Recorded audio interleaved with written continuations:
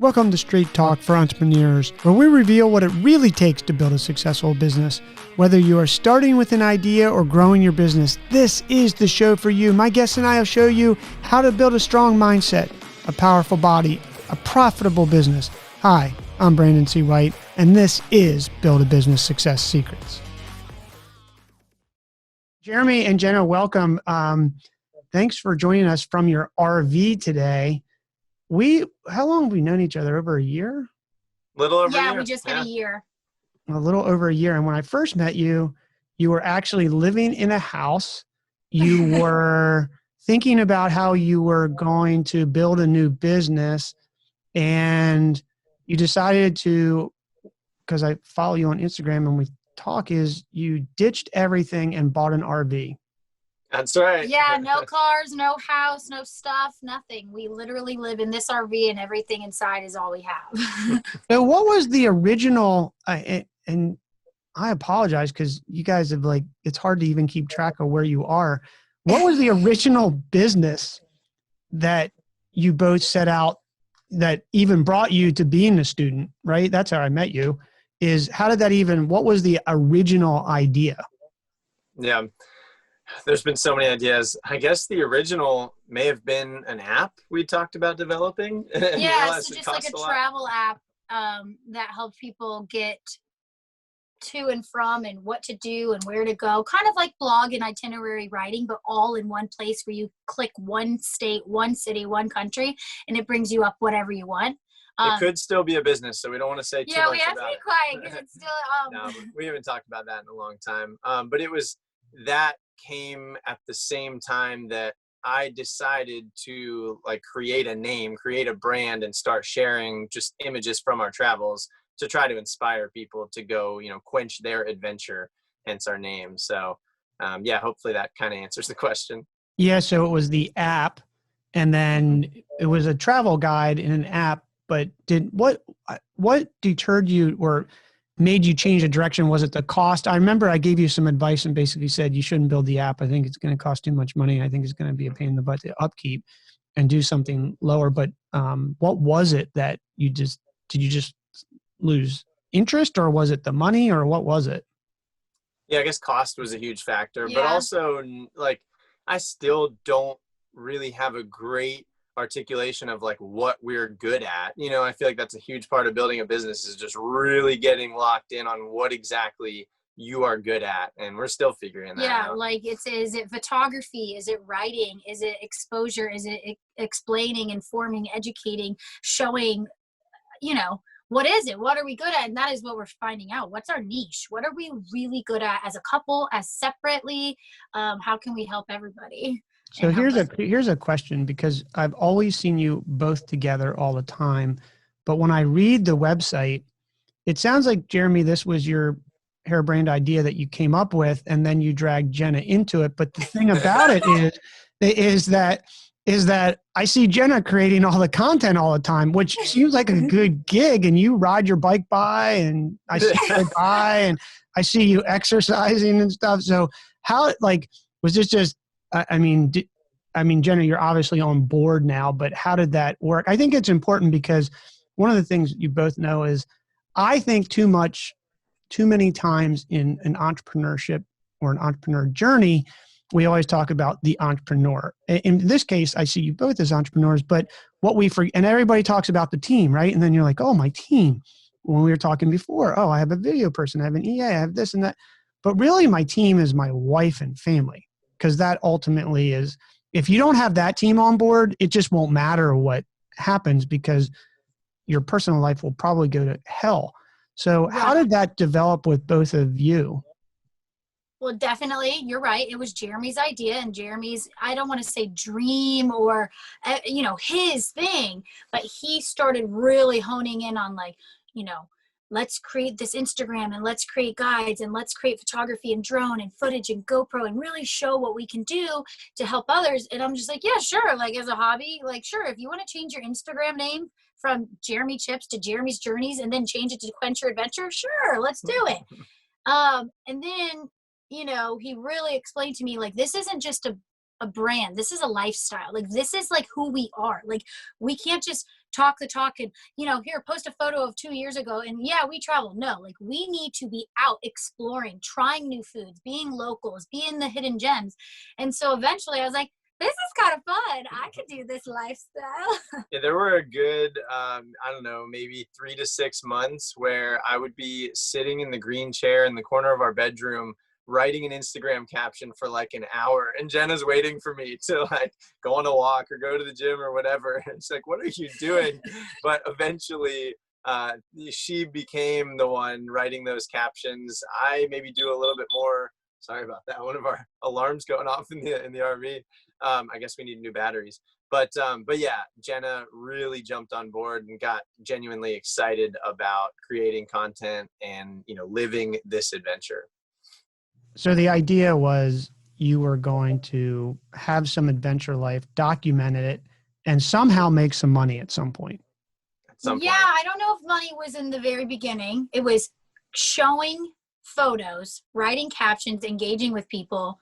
And then we realized as it grew bigger and bigger, we're like, okay, if we're spending so much time in this, we should be either, compensated or recognized or somewhat feeling like we're not just drowning in it. So, yeah. Yeah.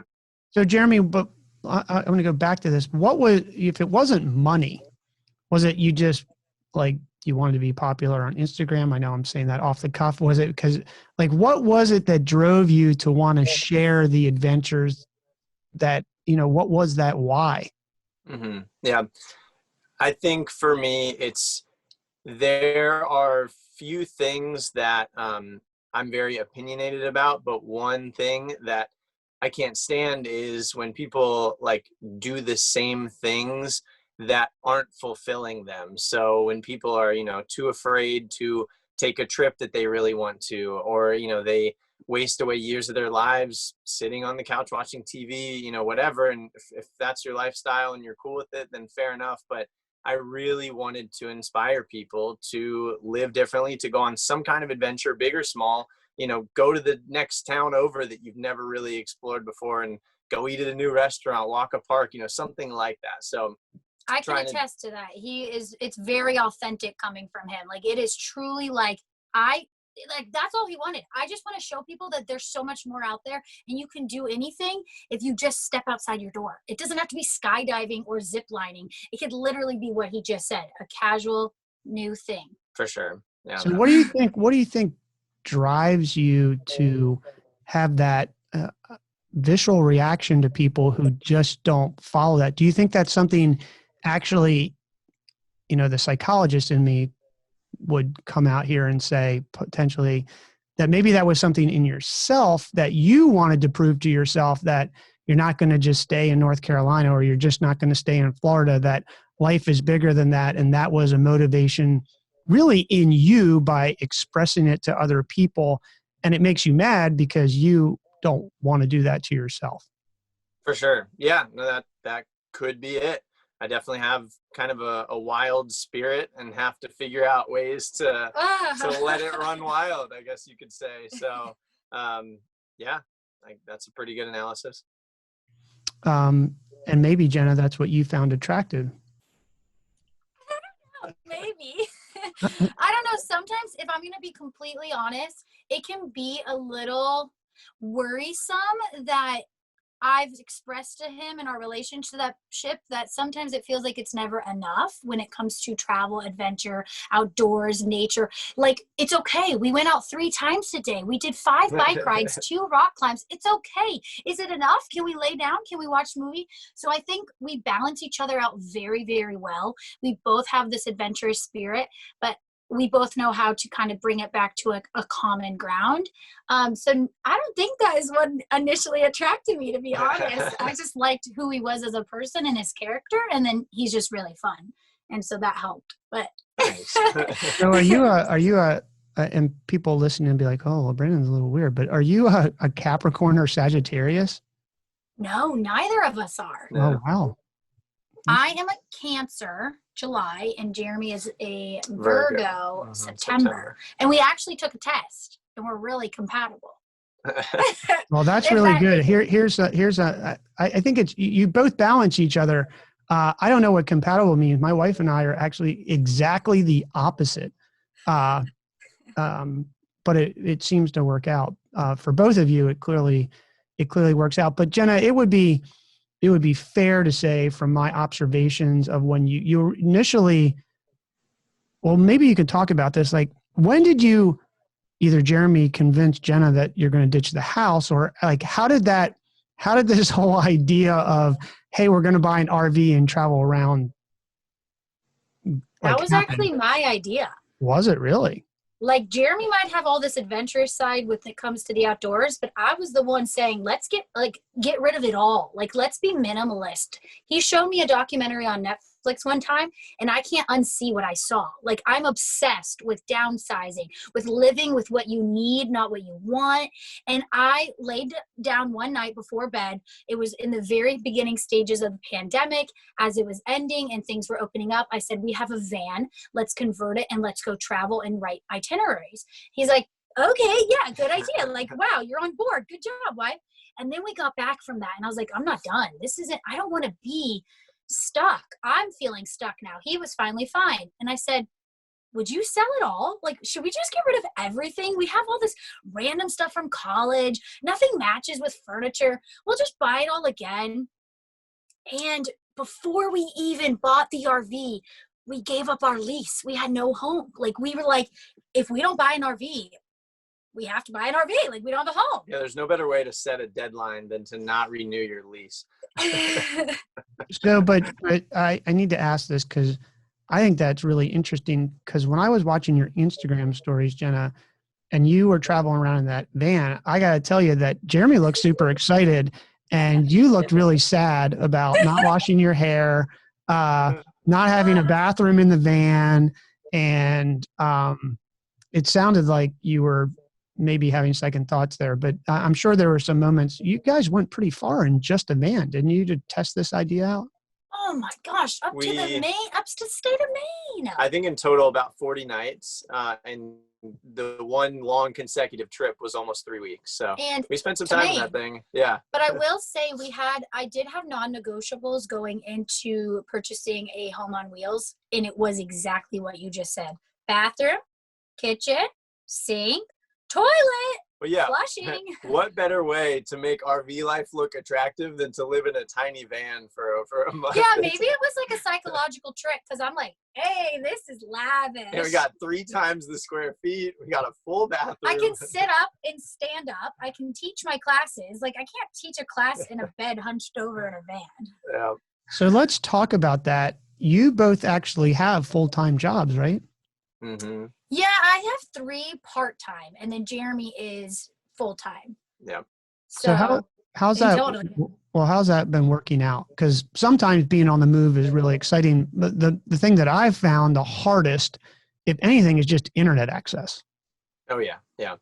Yeah. It's been difficult. So I've got a full-time sales job. I'm working virtually. I'm making sales calls. So yeah, I need decent service and decent internet. And most of the time, that's not that hard to find, in the States. But we were definitely in places where, service gets spotty because we love spending time in the mountains, and there's not always cell towers everywhere. So we do have unlimited data and mobile hotspots, but we're learning now that those will run out if you're actually working like 40 hours, using internet. Yeah, I think we have like 15 gigs each on our mobile hotspot that, we'll connect to with our laptops. So we actually just purchased another hotspot device that apparently connects with all the cell towers with different carriers and whatnot. We haven't even started to use it yet, but it is a need now. And being on the move and trying to work is stressful, and I've taken on a second job to potentially transition to this second job, which will be fully remote, permanently, and potentially leaving the other one. So a lot going on. So what is this, another sales job? It is, but a much more exciting sales job. Not to talk down about the job I've had for the last 3+ years, because it's great. It's in the pharmaceutical industry, but this new job, I would be selling sponsorship packages to big outdoor brands, which is way closer to what I actually enjoy doing. It's for a company called the Outdoor Journal. So it couldn't be a better fit as far as, the people, the culture, and what they're into. Yeah. So we'll see, but it's a small startup. It's commission only. So there's some risk.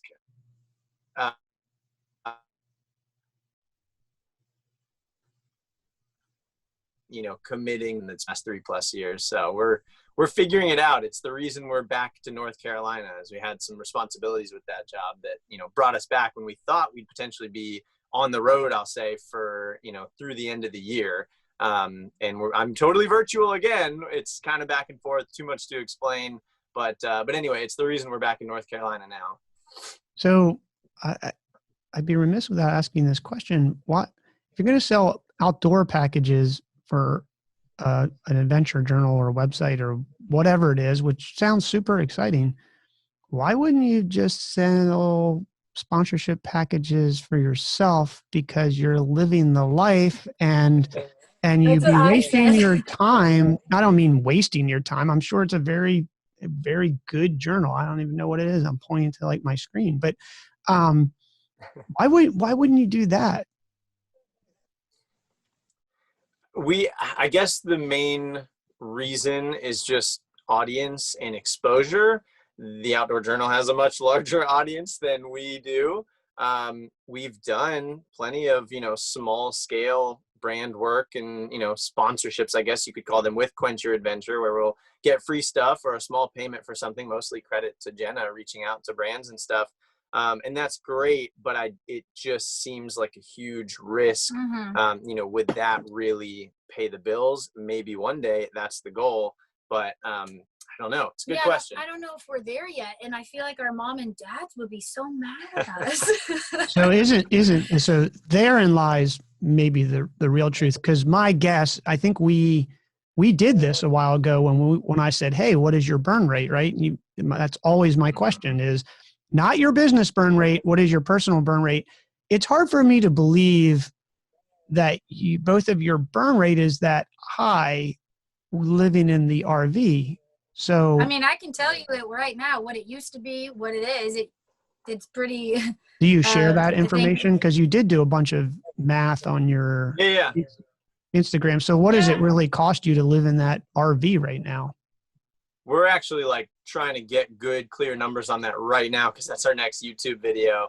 But there are some factors that maybe, make these last few months potential outliers if we eventually have enough data to do, an annual, and then take months. But anyway, it looks like our burn rate could be around $2,000. $2,000 total. If I'm not yet including all of the extras, which make the calculation a little more tricky, like, buying things for the RV when you're unsure how often you may need to buy those things. But the monthly budget, the monthly spending that is normal every month is very low. But in the month of September, we spent like $3,500, I think. Okay, that's because it took us a long time to get back. But also you had some mistakes. I followed your Instagram and you were counting $800 for food when it really wasn't $800 for food, right? Exactly. Yeah. And then a huge variable is gas, because we, drove halfway across the country and ended up driving back. But anyway, that's the biggest one. It's gas. So let's just talk about this. Let's just. And being a fellow RV owner, guaranteed, if there's anybody listening, and I know you both attest to this, RVs break. Like, you are going to have repairs every month. You should not put in your budget that you will have no repair. A tube will go out. Your tank will crack. I keep going down the list. But it's not $100,000 expense. It's $300, $200, your water pump. If you're going to use that stuff every day, and you're not going to do hookups, then you're going to rely on that. So even if it was $3,000, 3,000 times 10, 30, right? So $36,000 a year, you're living on $36,000 a year. So I just go back to, it seems riskier for you to not sell sponsorships than to do it. Yeah. You're going to get in trouble with our parents if you keep talking. I'm happy to actually talk to your parents, because I mean, right? I love your perspective. No, you have Well, a very, I asked Jeremy that. I said, when he agreed to this job, I said, Jeremy, you realize what you're about to start doing is what I do. It's what I do. It's what we do every day. I contact and I reach out and I get sponsors and we get collabs, like, but on a smaller scale. But who says that can't get bigger? So I think we just need to solidify what I'm doing with my part-time work, making sure that I'm ramping up and making my, my goal is to make what we spend, and his will be extra. So I need to make how much we spend a month in a month. Well, that's why I get paid the big bucks to host this podcast podcast is to ask the hard questions. But I might have a little experience getting sponsorships for an outdoor website, and maybe a testament that it actually does work. It does work, and it's not easy.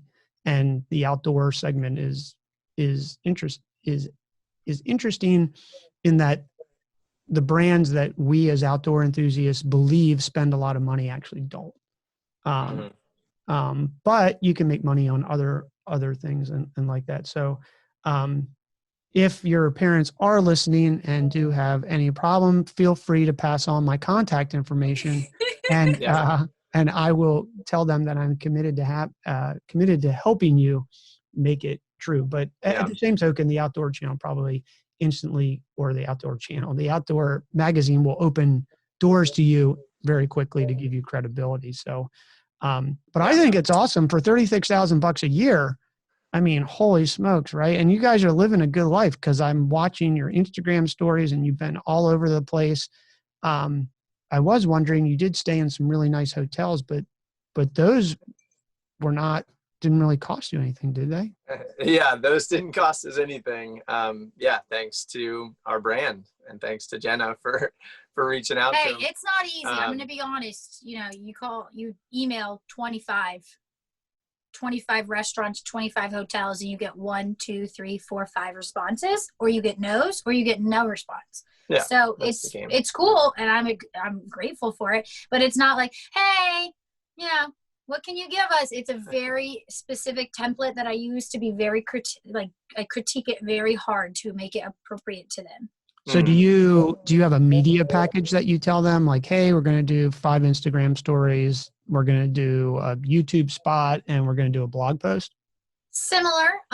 We never number how many. I will say that it's very vague. Stories, permanent posts, shout outs, blog mention. I never want to put we will give you 5 stories. So I keep it very vague. And a lot of the times, one of the hotel deals was I said 1 night stay. They go, we can get you 2 night stay and a $50 gift card to our restaurant. I said, okay. Fine by me. So how long have you been in the RV now? Just over 2 months. Yep. And what's September 3rd is when we left. And what's your assessment to date? Are you missing your apartment? Are you? No, I mean, I guess the perspective over the last week is slightly different because we're, back in North Carolina. There's a few added stresses that weren't there when we were, on the road. We've stayed in these nice hotels, and we're now actually house sitting for some friends. So having the extra space is very nice. And, in some ways you're like, this was nice. But what did we say before bed last night? Yeah, that we'd rather, we like our house, our RV. This is our place, our bed, our pillows, our space, our comfort. This is our home now. This is where all our stuff This is going home, is just, being here wherever we are. And we're great with that for now. I mean, so things are good. So you guys have been dry camping, it looks like, because I see you have not been doing any hookups, right? Never. It is what day is it? Or 2 months in, almost 2.5 months in, and we have not hooked up or gone to a campground or spent a nightly cost anywhere. We've been very lucky. Fun fact though, we did stay a night hooked up at Camping World in South Dakota, which was kind of cool because apparently some of them are okay with that, and they have spots you can pull up and do whatever you need to, as long as we ran the TV, we had the AC on. For free. For free. I mean, we ended up also spending money there, so Yeah, it works for them. We spent like a couple $100 inside, but hey, yeah. They weren't forcing us to do that. But anyway, other than that, yeah, we're totally dry camping. We just fill up wherever we can, and we don't really need a whole lot for power, although we are considering getting solar panels in the future. So we'll see. The couple we bought the RV from, when we were talking to them, they kind of seemed like in disbelief because Jeremy kept saying, oh, we're never going to stay in a campground. We're never going to stay in a campground. We'll stay wherever we want. And they were like, yeah, that's probably not going to happen. We stayed in a campground every night. And surprisingly, here we are. And I doubted it as well. I said, Jeremy, with safety, with COVID, with water, with AC, gas, whatever, electric, Wi-Fi, it's not going to happen. We're going to have to stay at least a couple days a week. It's been fine. So basically between, I guess, open places, Sam Walton's free Walmart parking, and Marcus Lamonis sales, great marketing effort to give you free hookup, you basically really paid nothing. Yeah. Just a couple times we had to pay to dump. But most of the time we're able to find places for free for that as well. I mean, really, where are those? I want to know where those are. Yeah, it's still hard to find, but gas stations, we found a few. Rest stops, you'd be surprised, have some. We did have one campground. I just rolled up and asked the guy, hey, can we fill up our water tank? And he said sure, which was really cool. Yeah, a lot of campgrounds also don't realize if you are or aren't staying there as guests, and then they'll have a little tip jar. We've always just left tips or bought something inside just to be respectful. But there's Campendium and national parks as well. I think Yellowstone we dumped. Also, I didn't know they had that. Custer State Park in South Dakota. So it's not like they're every corner, but we found places. I think in total we've only spent $18 to dump and fill up our water. Every other time it's we managed to find a place. Well, that's incredible. So one thing I just realized, how big is your RV? Good question. We thought it was 24 feet when we bought it. They told us that it is 25.9. I think so. Yeah, I think because we did actually measure it. And it's a class C. So there's it's got the cab up front. Yep. It drives itself. But yeah, about 25 and a half feet, something like that. It's about 11 and a half feet tall, about 10 feet wide. You have a slide out? From the mirrors, no slide. I wanted a slide out, Brandon, really badly. And I'm okay with not having it. Yeah. For now. If we had dogs and kids. Well, the math on square footage, I think it's something like 144 square feet, but actual floor space, of course, is much less than that. Yeah. Eventually you'll like the slide out. I will say it gives you, and if we didn't have dogs, it wouldn't be an issue like both of you, but with dogs, it definitely helps. Now, how many gallons of fresh water and black and gray water storage do you have? Yeah, so the specs say the freshwater tank is, I think, either 50 or 55 gallons. So that's sizable. I wish the gray tank was larger because that's the thing that every single time, we need to dump first. It's only, I think, 28 gallons. Yeah. And then the black tank, we could go for much longer without having to dump that because it's also 28 gallons and, it doesn't fill up nearly as quickly. So it depends on the week, but we could go for maybe 5 days potentially without having to, dump or fill up or anything. And you have a generator. We do. Yeah. Yes, that's been helpful. Yeah. The couple that owned it before us, they almost never used it since they were always in campgrounds. So it only had 40 some hours on it, which apparently these things go for, thousands and thousands. And I think we now only have just over 100 because we did the math. On average, we use it maybe 1 to 2 hours a day just to get stuff charged up. And then we do not drain, but use the car battery a decent amount to charge devices, which maybe that'll shorten the lifespan of that battery, but so what, we'll buy another one. It's our house. So, but still thinking about solar panels in the future because it would just make things a little easier, quieter, more consistent, So do you have batteries for the designated batteries for the generator too? It runs off the gas in the gas tank. No, it runs off the gas, but then does it charge? Is it charging? Yes. You have two house batteries. Two house batteries. So you have 3 batteries on board. Yeah. So 2 house batteries. Yep. And then the car battery. And you're not, wow, you guys are good because we seem to use the generator all the time and we have probably thousands of hours on ours. But you haven't needed it. What are you doing for heat and air conditioning? I mean, it's been fall, so we haven't really had much need for AC. There's been a few hot days where we'll just have all the vents open and the fans. We're outside most of the time, honestly. Yeah. Like, even if we're working and doing stuff, we're at a picnic table or on our camping chairs or at like a cafe. Like, we're never in it except at night, and it's cold, so then we'll use the furnace. But other than that, and in total over the last 2 months, we've no spent AC. Yeah, we haven't used the AC, but we've spent, I think, about $80 to $90 in propane, and that runs our furnace. And we've had a lot of cold nights though in South Dakota and Wyoming. Yeah. So, yeah, and then you need the battery just to do the fan, but the gas is doing the heat effectively. So you have a gas heater, or do you have an electric heater? A propane furnace, yeah. Mm-hmm. And the furnace is doing the heat. I think in ours it's all electric on the heat. The propane furnace does the stove and the hot water. Yeah, and it does that for us as well. But yeah, it's pretty efficient, and it heats the thing up quick if we want it to, for sure.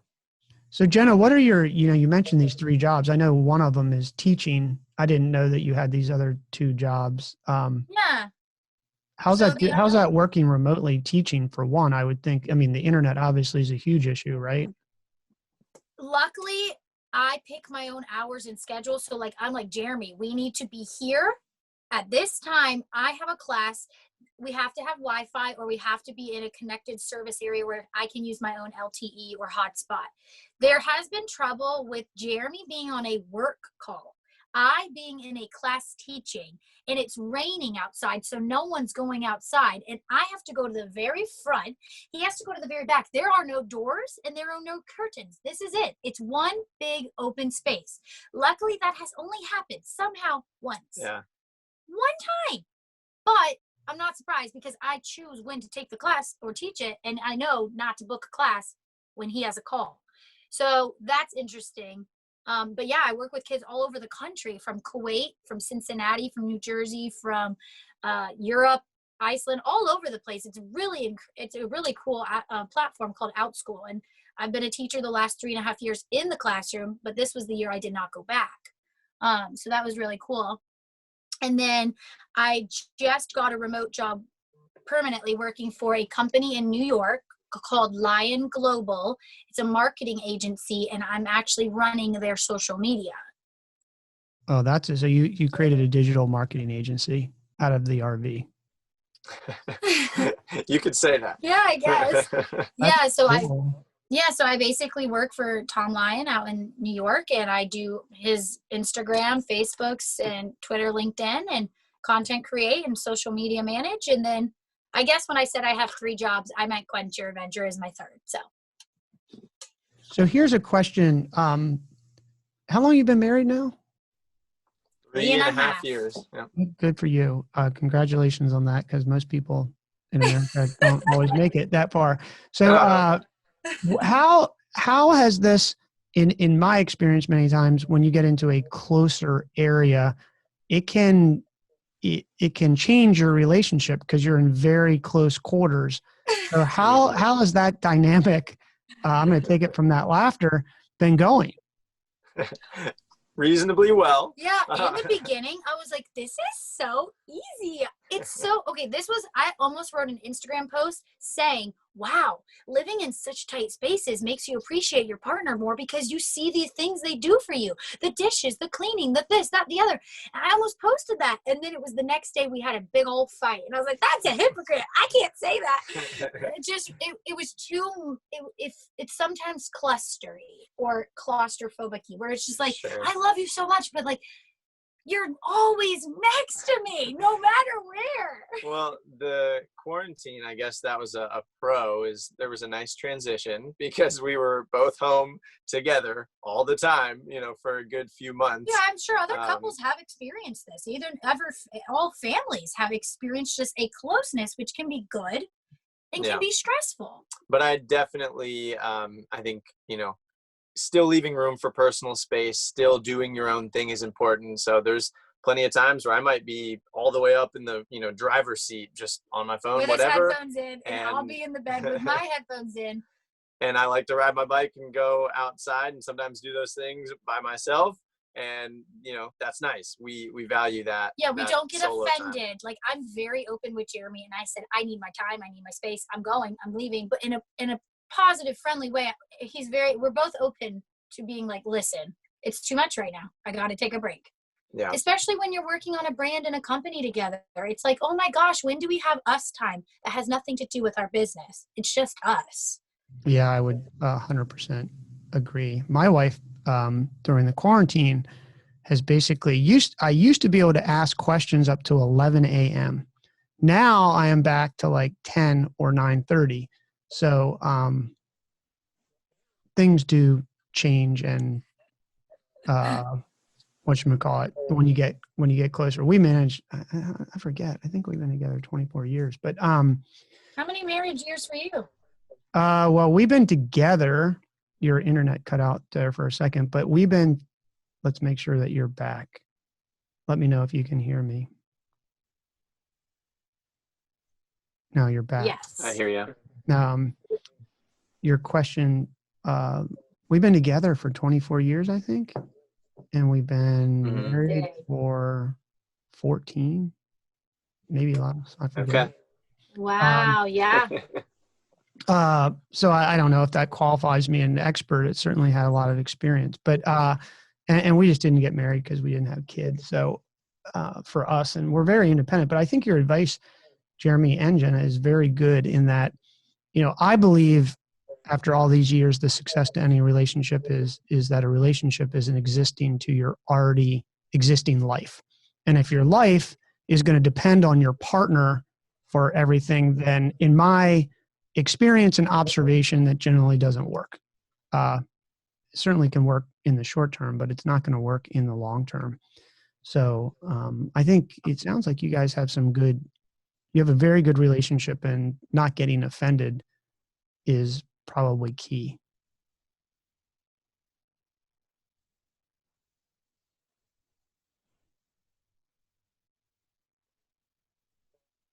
I think Jenna and Jeremy cut me off because they didn't want any relationship advice. Can you hear us? Now I got you. Yes.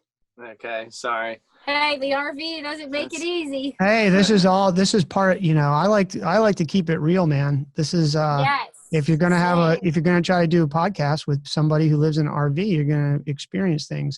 So, well, I don't know how much you got of that, but I was saying that I think it's really good to be open. And look, the bottom line is humans aren't perfect. So you're going to sometimes take it personally or whatever. But I think having open lines of communication and understanding who each other are and that you need space. My wife and I both that way. Jenna, when you were talking, I think only people who have been married for 3+ years, I'll give you 3. I think 3 years you're starting to, it's like, I look back 3 years, I started to figure out what was really going on. But it's one of those things where you can love someone incredibly, but they're getting on your nerves like nobody you've ever met at the exact same time. Right? This is so funny. Yeah. Yeah, we're not perfect. He just did this to me earlier, Brandon. This is exactly what just went on. What went on?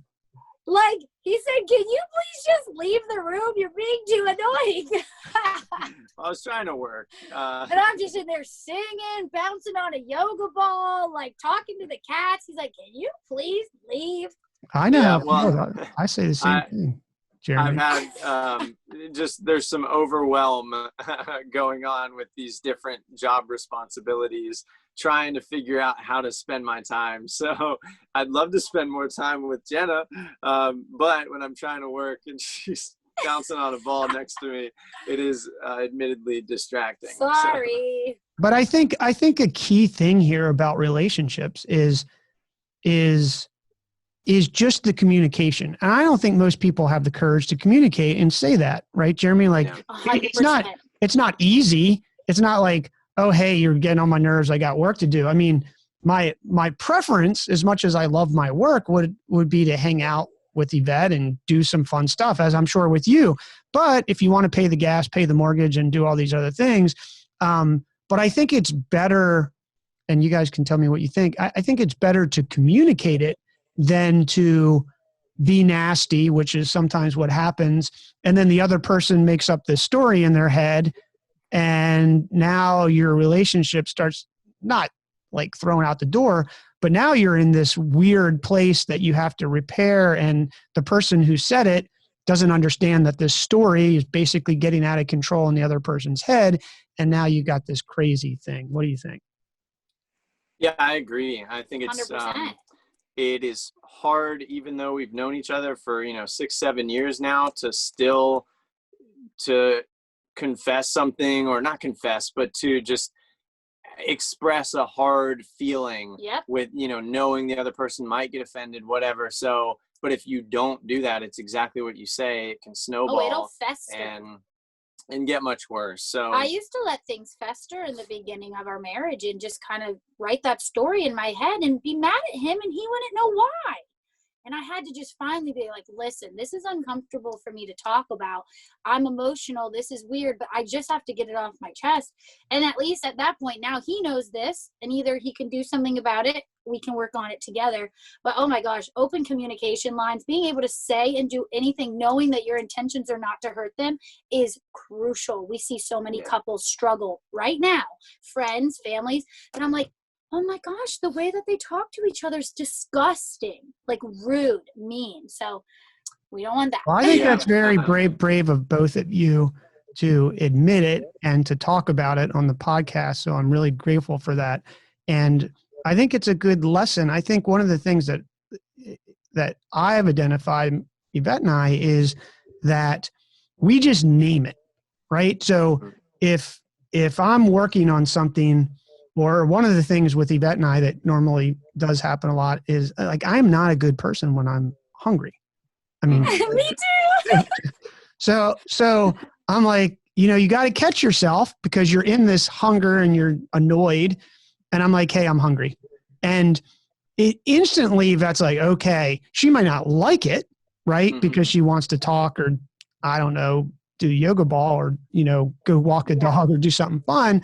But at least she understands it. And I think for us, that's done it. Or she'll be talking, I'll be like, hey, look, I absolutely have got to get this thing. I got to write this thing. So, I'm not ignoring you.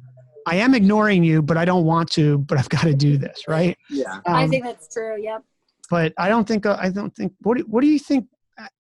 Did you guys just get tired? Like, what, you learned that on your own? Did you have coaching? Like, how did you think you found that? I mean, I've always been in and out of counseling, so I think I've learned that just in my own mental health journey. I think I share a lot of that with Jeremy. That's just very honest. And then just seeing other examples of what we don't want. Like, we always talk about what we don't want. So as long as we know we're on the same page with that, then we have to just, push through. I mean, do you have an answer? Well, I was thinking about, so occasionally I meditate.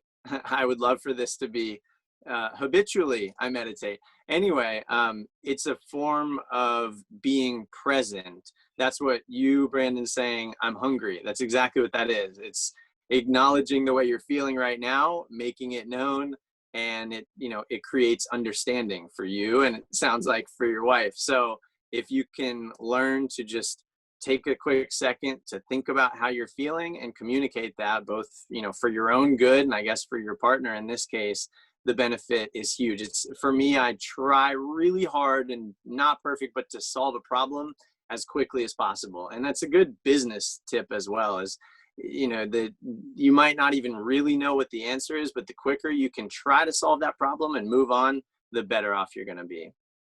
I think that's really good advice. It's actually, you are exactly right. Is even for ourselves, I think that's a good point for listeners, is if you're nervous, if you're getting, having high anxiety from whatever that is, and you name it, it gives you control at that moment, right? That's true. So I think the interesting thing is Jeremy, I am very grateful to you for bringing it back to business. The thing that I like to say is that this is business that we're talking about. Like, if you can't work out, that you can't tell your partner that you've got work to do because you're doing this side hustle business that you're trying to get up and running, and that it really is for the greater good or for whatever that is, then it will not work. Yeah, relationships in all business. Yeah. And that's why I was wondering about that dynamic going back to the beginning, because, when I read the website, Jeremy's idea here, and then you bought in. But if Jeremy had this idea to do this Quench Your Adventure and you didn't buy in, it doesn't work. Mm-hmm. Yeah. No, that's a very realistic. I remember talking to my mom about in the very, very beginning. I was like, yeah, I think it's just like a hobby. I think it's just like an interest. She's like, okay. I'm like, yeah. And then all of a sudden she's like, wait, you guys are starting a logo? You have an LLC? Like, why do you have all these business things? I'm like, because we need to build a brand. So yeah, I think it's important however that works. But if you don't have your family on board, man, can you imagine doing Quench Your Adventure without it? Just it'd be Quench Your Fight. Yeah, it wouldn't work. It wouldn't be. So what do you now? You're 2.5 months in to this. It seems like you guys are really happy. Do you anticipate, like, is this gonna? I understand you have some stress, and that's just life, right? Like, shit happens, and you're gonna have to deal with it. But right now, are you feeling positive that the RV adventure is going to stay for a while?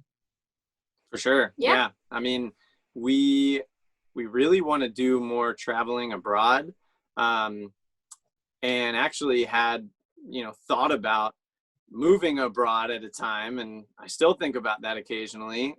Maybe now's not the best time. Being in the RV is probably much better, but I think this adventure could last a long time. I think this could be a great home base if we were to do more international travel, if we're totally remote.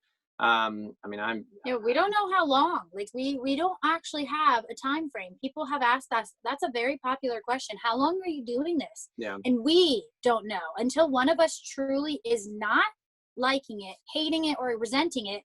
Then we'll just keep going until I get pregnant or something. Which we definitely want to have a family eventually, but we're at least a few years away from that. So it could be a few years, but also, like, I see us having some kind of RV pretty much for the rest of our existence. Oh, totally, yeah. Just because it's fun, even if it just sat in the backyard and became the guest house. Weekend road trips with the kids. Yeah, it's definitely in our family now. Do you find that you sleep better in the RV than you did in your bedroom?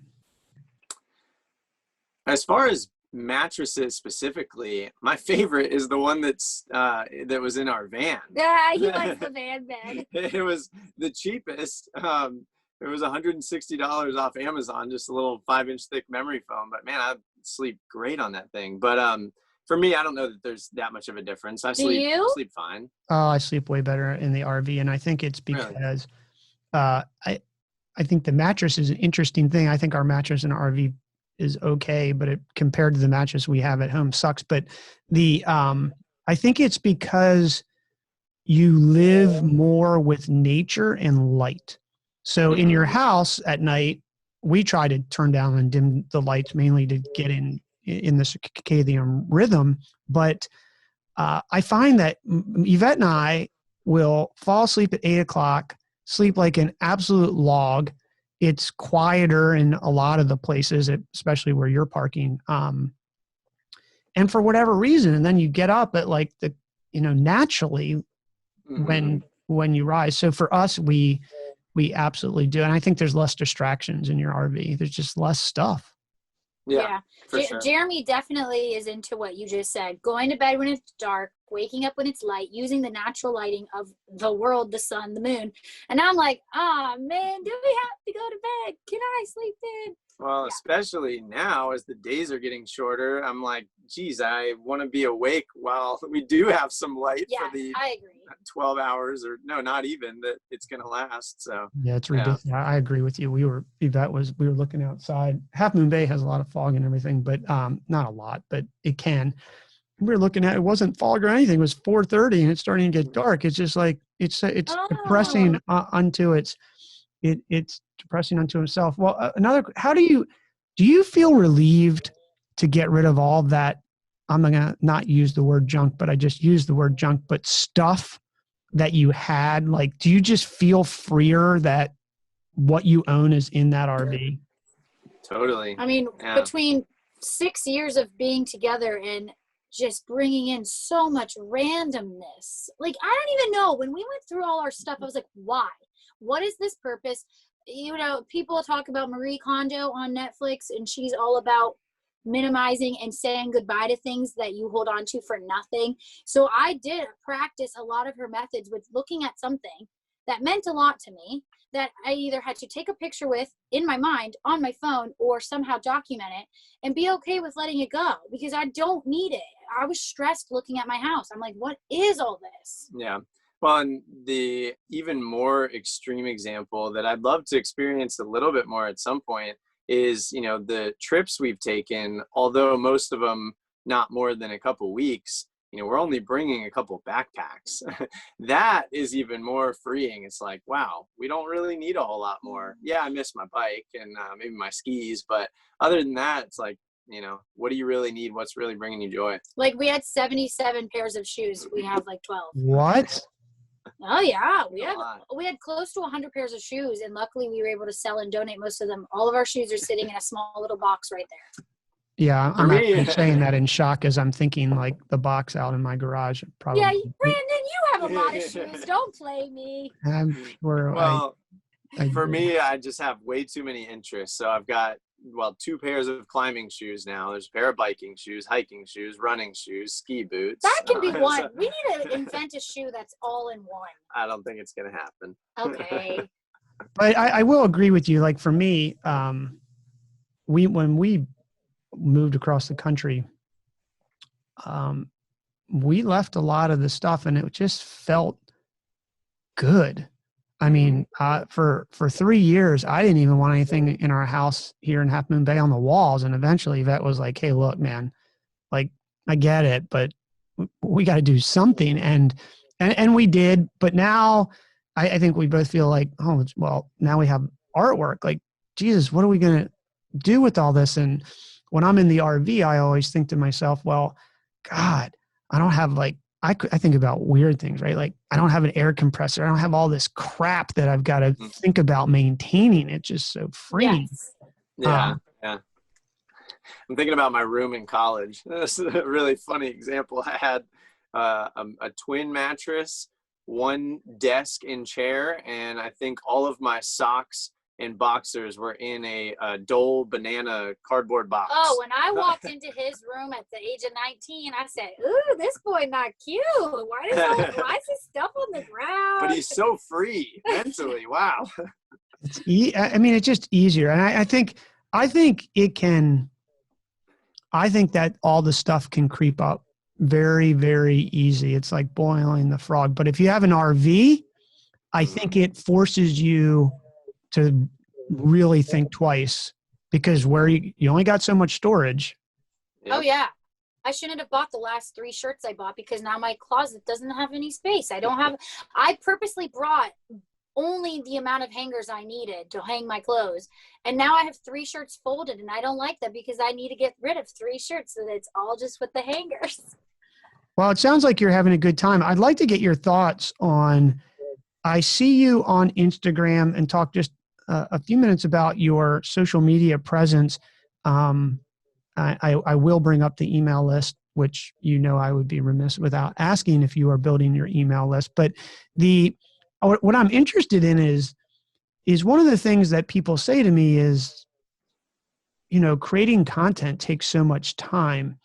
And I think creating content takes a lot of time if you're going to try to edit and make things like perfect, which I'm not convinced you need to make perfect. In fact, I think it's more authentic. But I see both of you. I mean, at the top of my Instagram story, Quench Your Adventure on Instagram is always at the top, which is, 1 is because I watch it, right? But 2 is because you're always adding stories 24/7. So how much time is it really taking you? And do you plan this, or are you just documenting your life? We should check Jenna's screen time No, on, don't look. on her iPhone. I had to get those little glasses that help with blue light just in case if I'm going to ruin my eyes or something with all this phone use. Yeah. I will say Jeremy is our YouTube edit video maker. He is in charge of all things YouTube, and I don't understand any of it. And I am all Instagram. I will do the stories. I will do videos, post captions, reels, IGTV, whatever. So at least like we know these are our two separate jobs, but we also collaborate and combine all the time on both. It probably takes in a day just to be consistently active and engaged on Instagram 3 to 6 hours. And as far as planning goes, maybe we would be better off doing more planning in advance. We don't plan anything. It's so bad. It's really just whatever's in front of us that we're living. It's so bad. But it was kind of, it made sense with the lifestyle while we were, on the road, like really moving quickly. We just kind of make it up as we go. Yeah, like we're having a good time here. Let's keep having a good time here and let's keep sharing about, what we're seeing. So it made it easier, but man, there's still backlogs, of stuff that we could be sharing that, now is like months old. Yeah, but, I don't know if it'll ever come to the light of day. I don't know how we'd ever stay totally on top of it. But yeah, I wonder if other Instagrammers or YouTubers or bloggers, like how quickly is their turnaround? Like, I want to be the people that if it snowed and it snowed today and it is, and tomorrow you'll show up and there's snow on the ground. I don't want to be someone who's like posting these perfect fall foliage leaves and then you come and it was a day ago and you're like, this was from 6 weeks ago. Why are you doing that? Yeah, we did. That's not authentic. Somebody asked us, we posted about these hot springs in Wyoming and they're like, I posted 3 days late. 3 days late. And they were like, it was 1 degree and it snowed. Where's all the snow? I go, oh shoot, like within 3 days the weather changed. Yeah. So are you doing let's Jeremy, you're doing the YouTube videos. What are you using to edit those videos? For a long time, I was just using Video Shop, which is just a free, not very robust app on my phone and on the iPad. On your phone? A lot of it. You'd be This guy was surprised. Wow. Yeah, You'd be surprised the how much first of that, like 25 videos on your YouTube channel. But really trying to get a little more professional. And now that we're trying to shoot more with the camera, getting videos to a phone doesn't really make a lot of sense. So I'm editing on the computer now using DaVinci Resolve, which there is a paid version, but I'm using a free version. It's probably a little more robust than my laptop likes because it's always, buzzing and like, it's, there's been a handful of times where it'll like randomly crash, and I learned to turn on autosave after having 2 of those occurrences. So yeah, it's still a struggle. I feel like, the most rookie of rookies, but somehow we're throwing it together, and I just have to try to keep telling myself, like you said, it doesn't have to be perfect. I want things to be visually nice. Always I want the story to be good. I probably spend more time on things than I need to. But I'm like, let's just do it. Let's put it out there. Somewhere in between those 2 perspectives is probably the right place to land. So we'll figure it out. I think get and look, we're entrepreneurs are all want to be perfectionists at some level, but you can't let great get in the way of good. When good is good enough. Now, Jenna, how about all these Instagram things? Are you doing all this stuff on your phone? Yes, I only use my phone. And I have no idea what I'm posting tomorrow because I have no idea. Like, I don't use any of the apps that help. How do you do the videos? Do you not edit do you edit the videos in the native? Are you using an iPhone? Oh yeah. All the videos on Instagram are truly just shot from the iPhone itself. And it's usually posted the same day. So like if I just showed, me walking through the leaves, that happened a couple hours ago. So like I told Jeremy how stressful it is for me that our stories on Instagram, which are supposed to be not live, but current time, get backlogged so much that I missed so many great opportunities because I don't want to post something that's not, I'm very strict with myself about like not putting something out there that's not actually happening within that, 24 to 48 hour range. So that's really good advice. I do have a question when you were saying that, Jenna, because one of the things as I watch you, and I know how this feels. I had a social networking site where I felt like I had to post all the time. But do you think that it's taking away from your talking about Jeremy, going back to meditating and being in the moment. Do you feel like you have to document this because you have this brand, and does it take away from the experience that you're having, or do you set time aside and be like, okay, we got to record, or do you even think about that? Like, oh, that's a great question. And we just talked about that recently, that we wanted to actually put out there and say, hey guys, like, please, if you're ever photographing or videoing anything, look with your eyes first. Do not look at what you're looking at through the screen. For example, this moose encounter we had in the Grand Tetons National Park, we finally saw moose. Me and Jeremy didn't whip out our phones right away, even though I wanted to so bad because I had been talking about wanting to see moose for so long. No, we literally were just like watching, looking, breathing in the air, looking at the sun setting, looking at the moose baby go up to its mom, looking at each other, excited.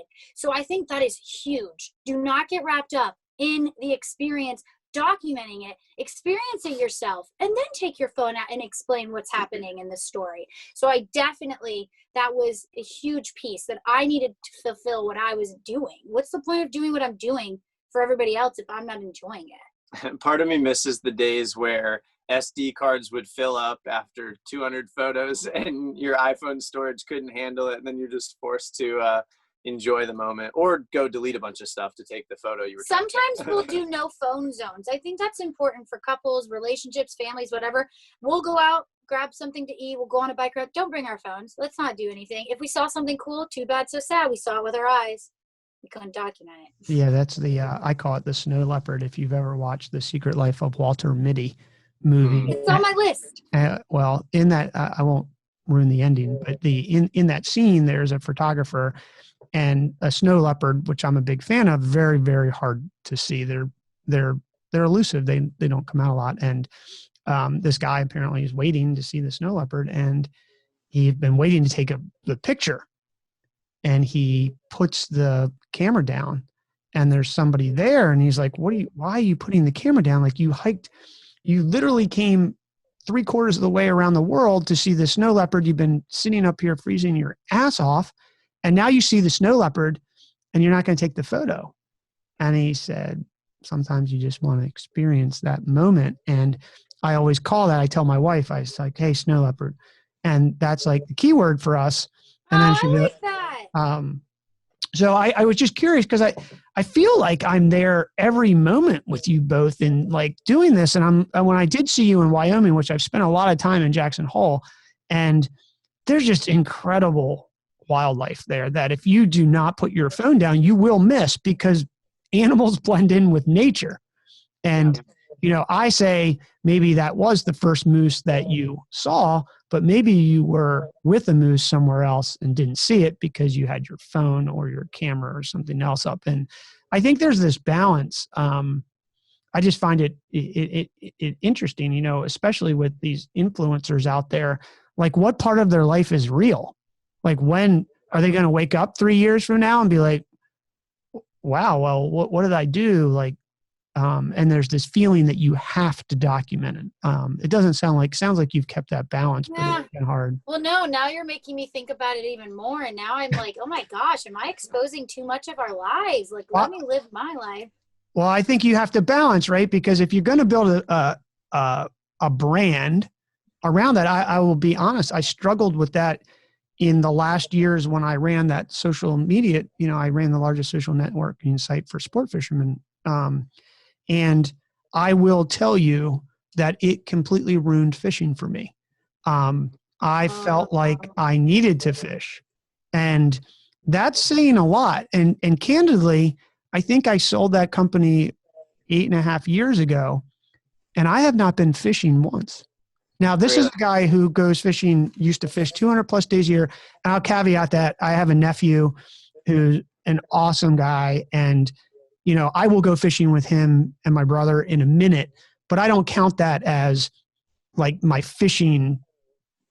For yourself. Yeah, I'm not fishing. I'm fishing because I'm spending time with my brother and my nephew, and we have a good time. But I have not fished in 8.5 years. And there's fishing out front of my house here in Half Moon Bay. But my point in saying that story, and I don't you say awe, and maybe there's some sadness to that. But I do believe that it burned me out because I felt like I had to fish. And when I fished, I felt like I had to document it. And candidly, if that was the business, which it was, you have to do that, right? And I didn't separate it mainly because I didn't have a ton of people working with me or anything. But I will tell you that it can do that. And I'm not saying that I have a good answer on how to balance it. It's really, really hard, but you don't want to get burned out. Yeah, that's just a great conundrum of life, I guess. I don't know. I'd love to hear if you have any other advice or thoughts about just, we tell people to follow your passions and your dreams, but if those are the way that you're creating your income, it's like, same example. I've gone climbing with rock climbing guides who, start to lose the zest for climbing over time. It's like, what if we lose the zest to travel and adventure? I don't think I could, but I say that now. So I don't know. No, wait, yeah, I was your age and a fishing absolute, like there was nothing all I wanted to do was fish. And I did. Wow. I fished 200 plus days a year. And the only reason I didn't fish the other days was I don't even know it wasn't holidays, because I fished on holidays. It was the weather or it was something. But I think my advice there, and it's interesting, there's that popular thing out there, follow your passion, do what you're passionate about. I actually am not sure that I believe that. Now, my lens is that I got burned out, right? Mm-hmm.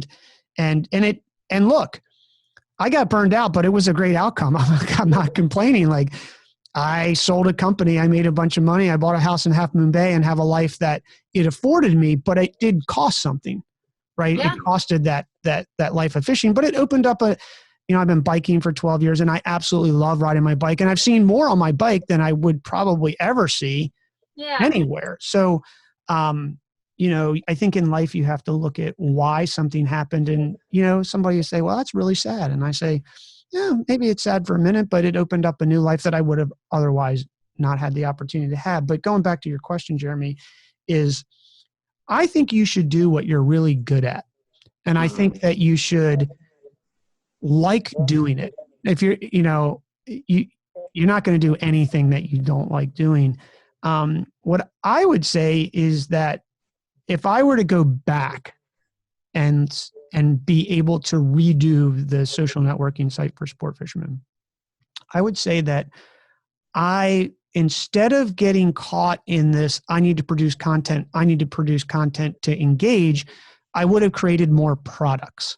Meaning, for you, I would think, like, you've been to Jackson, you've been to Wyoming. Instead of trying to continually document every minute of everything to get that engagement, I might write a guide that allows me to batch my time better, right? I'm going to spend 15 hours writing this guide. I started that with my social networking site on doing online classes, and I did have a podcast, which wasn't called a podcast. It was called Upload Your Audio File to the Internet and Let Someone Play it. But I think I would have created more products and built it around selling those so that I didn't get burned out. Now, look, some people might just be more, I don't know what the word is. Maybe they're more resilient than I did. I did it for 20 years, maybe less. Maybe a little less, but it was 15 years. It's a long time to be at a grind that, you turn into. So yeah. I don't know if that's good advice. I don't even know if that's advice, Jeremy, for Jenna, for both of you, but it's all I say is be cognizant of it. Cause the moment it change, you don't think it can change, and it can.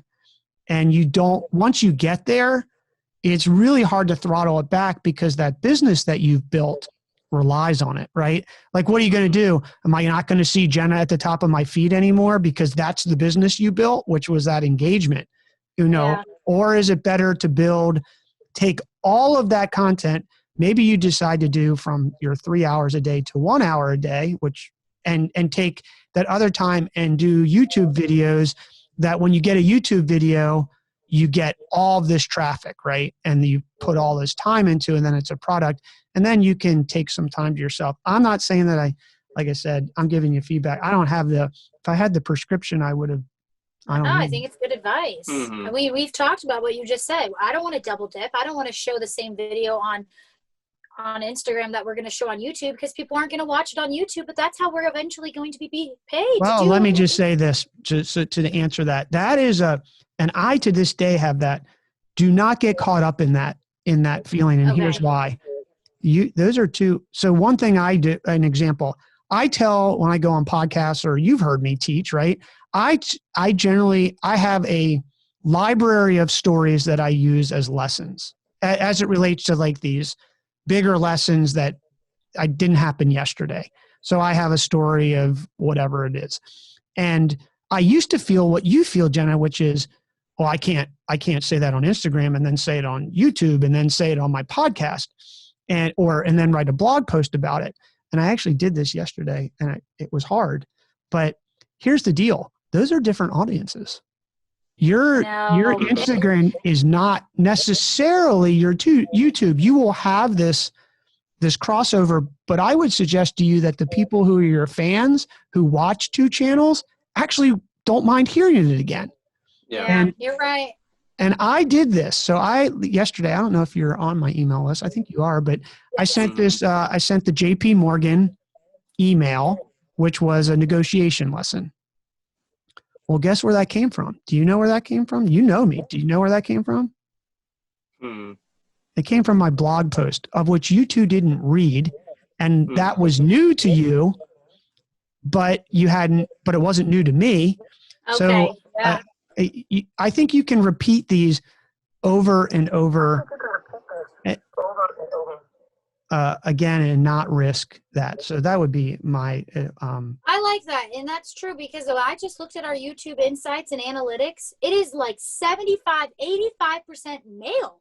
On Instagram, it is like the opposite. It is all these females across the world following our journey. But everybody's on our YouTube is male. I'm like, okay, fine. All right.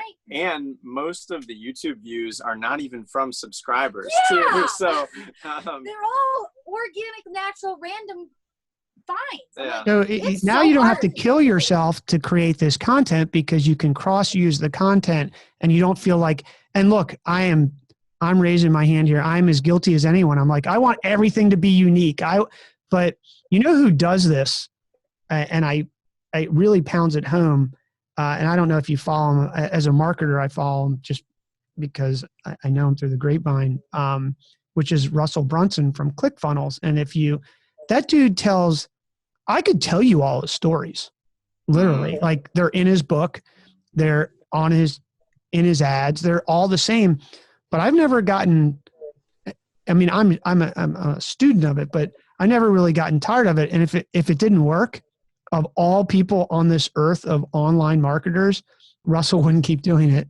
He wouldn't. Yeah. He wouldn't do that. And you can see that lesson with not just him. It just comes to mind because those videos come up a lot. But I think we get caught up as what do we call? Are we content makers or whatever we are? Content creators, I guess. Yeah, content creator. And we want it to be unique, but I think you can reuse stuff all the time. I think on Instagram and some of the social networks, they do want. I think the platform dictates what they want. So they want on Instagram, they don't want 3 days ago in Wyoming when it's sunny out, but on YouTube, they don't care because YouTube is looking back. So I think. Good.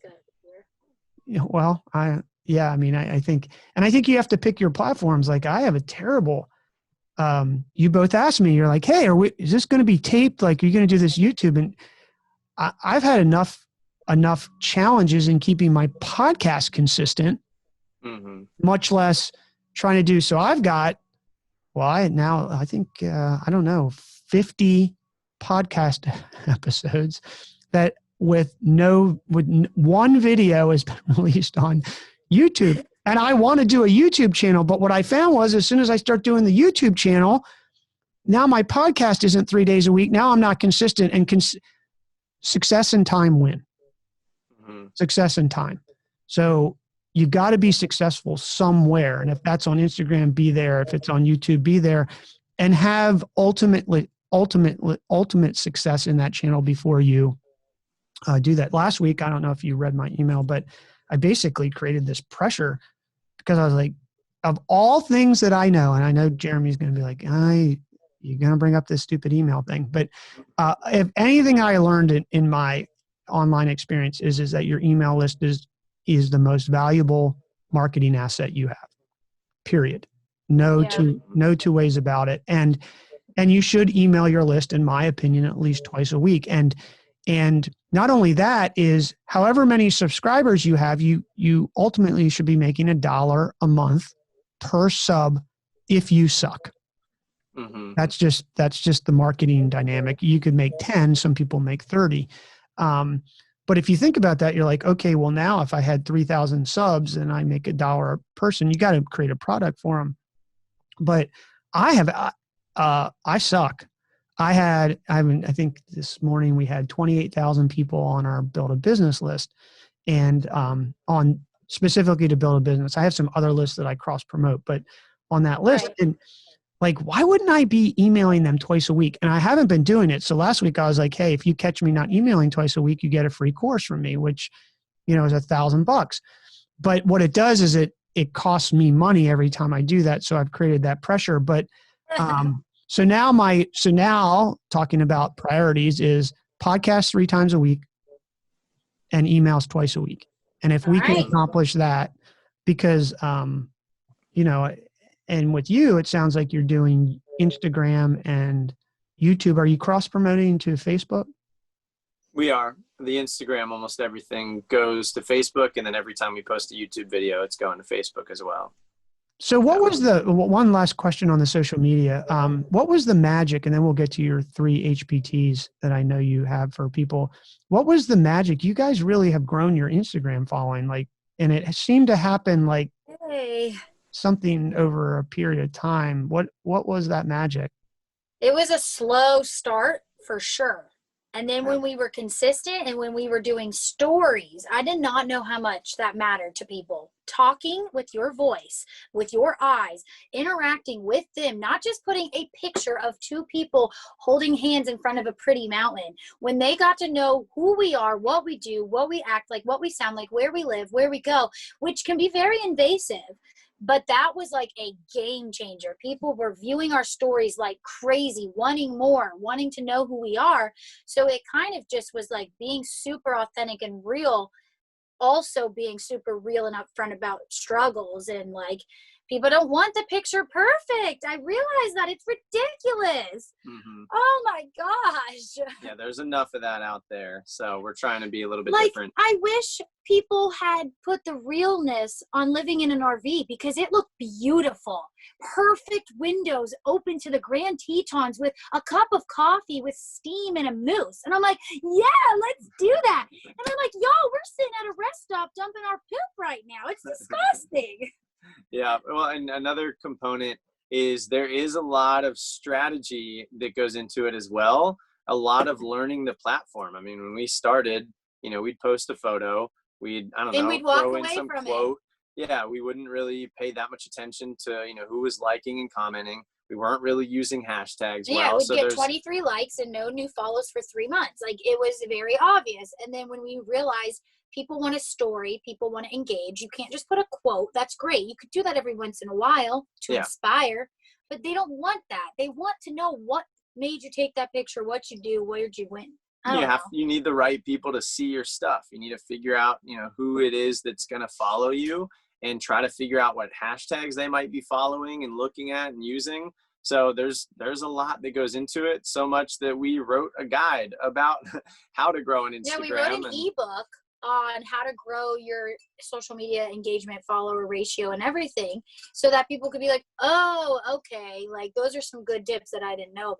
Yeah, and we've spent money to learn. It's there's plenty to learn. So it didn't happen overnight, and there's definitely been a lot of effort. Was my birthday when we hit 10,000 after I think a year and a half almost. Yeah, a year. Of posting a lot. Every day pretty much. Yeah. So was it was it just the flywheel effect that once you got to a certain place and you figured out they wanted to hear authenticity, or was it a combination of hashtags and dialing that in? It just all came together, do you think? Yeah. A lot. Yeah. And I mean, doing the occasional giveaway is very helpful. Trying to, You have to do a lot. It's a lot of randomness, but you do have to dedicate and understand why you're doing it. for sure. Yeah. Yeah. There's a lot to it. It's not one thing. Yeah, like when someone asks us that question, I want to be like, well, read our guide, because I can't tell you in one sentence what helped. Well, where do they get the guide? We haven't put it really out there. Like, why? I don't know. What? I just threw you like the slowest pitch that I could possibly give I know, you. right? I'm uploading it on our website today. Okay, and that's quenchyyouradventure.com. Yep, I'm going to do that right now. There's a perfect glimpse of our unorganized life. Well, I just look. Don't feel like I think, like you said, the perfect picture with the moose. All of us, even people who have a lot of experience, you struggle with it, man. It's just a lot to keep up with, and just to write that ebook took you probably, it's not like you just sat down and wrote the ebook. There's just so much to it. So, if you're listening, Jenna has committed that somewhere on their front page, you will be able to get this guide that you should be asking people's email address for to download that free download. Landing page. So I really appreciate you both coming on, taking time out of your day. It's good to see you. I feel like I see you every day, but I actually really haven't talked to you that much. And I haven't seen you in my office hours, mainly because I think you're putting everything into action and making it happen. And I think that's a good thing. I think you got a balance between learning and actually just doing it. And I'm terrible. Like, I want to take courses and I want to read books. And then I'm like, maybe I should just put down this one book and put everything that this book just taught me into action and spend time doing that. So congratulations on that. Can you give us 3 HPTs for running a side hustle and going mobile? For sure. Well, a lot of them have kind of been revealed through this great conversation, but I think the first one is authenticity, and we talked a lot about that. I don't know if you had anything else specific to say about it. People will see through you if you're just trying to get by them and trying to use them or take their money. No, like you're committing a relationship and showing the realness and being honest and upfront about things, whether that's relationships, your business, your brand, collabs, whatever. Just be honest, because then you'll never get caught in a lie and you'll never feel like you're being a hypocrite. And with yourself really, too. Yeah, morally. Be honest with yourself about, what's working, what's not. Yeah, what you're good at. And a second, number 2, is you cannot be everything to everyone.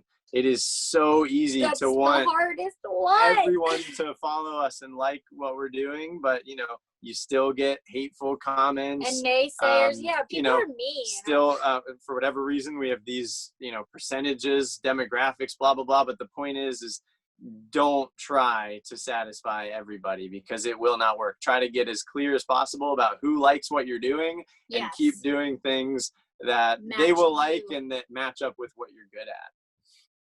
And then the third one, we had said it was specifically towards like a niche and what you're good at. So I guess that pairs in this of don't try to do all.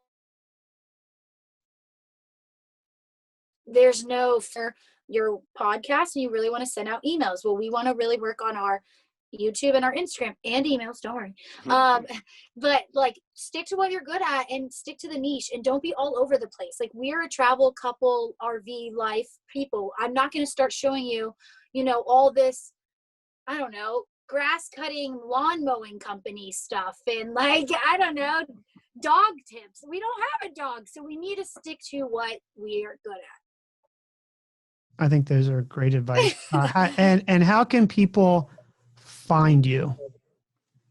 Quench Your Adventure on everything. Very easy, across the board. YouTube, Instagram, and our Facebook, website. And our website. All is Quench Your Adventure, which Jeremy came up with. Yes. It will never be quenched. You will always get thirsty again for adventure. Yeah, that was his concept. And our logo had to have water in it because it's all about quenching your desire.